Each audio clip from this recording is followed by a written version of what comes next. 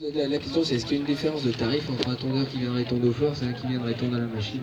C'est quand même ça je peux pas vous dire parce que du coup chez nous, vous voyez, on en fait, mon père qui a représenté par exemple la France ici, Didier, en Nouvelle-Zélande il y a 2 ans au championnat du monde, voilà, il en tombe 40-50 par an pour s'entraîner, voilà, donc du coup ça modifie pas nos prix.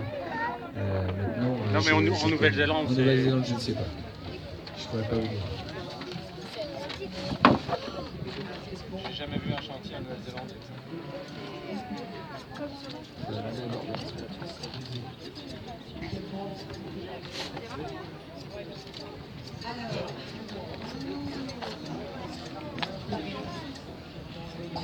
Vous voyez, la méthode ne change pas. Hein. On est toujours sur la même méthode. Il n'y a que quelques passes qui changent, notamment dans la descente après, puisque la machine, on va descendre droit pour aller directement au gigot et prendre très large. Ici, on ne peut pas descendre droit, on est obligé de suivre les rondeurs de la bête.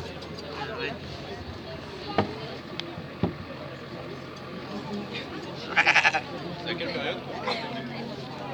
Pardon? C'est à quelle période on fait la tonte? Ça vous embête? Non, je demandais à quelle période on faisait la tonte des moutons. Alors la grosse période en France, c'est avant la remise à l'herbe, donc avant le printemps, dans le printemps et jusqu'au mois de juin. Quoi. Les dernières brebis ont été tondues en ce moment. Là. Bon, voilà. Maintenant, on tond des brebis toute l'année. C'est suivant le mode d'élevage.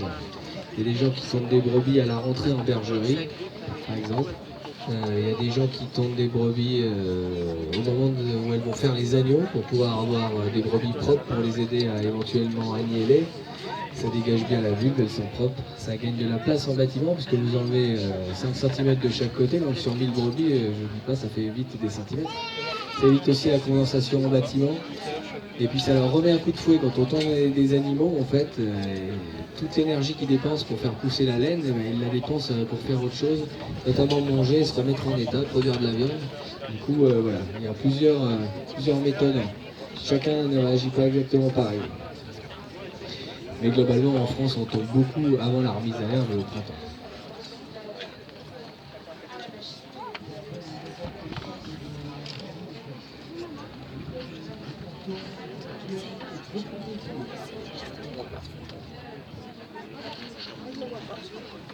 Voilà. Vous avez vu, c'est presque fini. Vous avez vu comme ça coupe quand même? C'est un gros ciseau, mais ça coupe bien. Je ne conseille pas de mettre les doigts dessus. Lui non plus, il vous autorisera pas d'ailleurs, parce que les forces après, c'est chacun les siennes et ils sont rarement prêtés. Affûtage de la pierre? Alors, affûtage de la pierre à huile, ouais. Il faut les retordre et tout, c'est toute une technique. Voilà.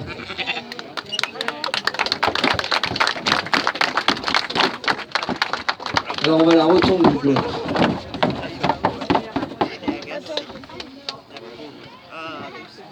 C'est leur temps. Attends, leur temps pour l'éleveur. Voilà, on va la retondre pour l'éleveur en fait. Parce que l'éleveur il va rentrer puis il va dire tiens celle-là il lui reste de la laine et puis pas les autres et puis elle est pénible. À chaque fois celle-là on la voit passer, elle nous attire là et elle est moche, elle a des hauteurs. Voilà, il est pas content, on a du temps.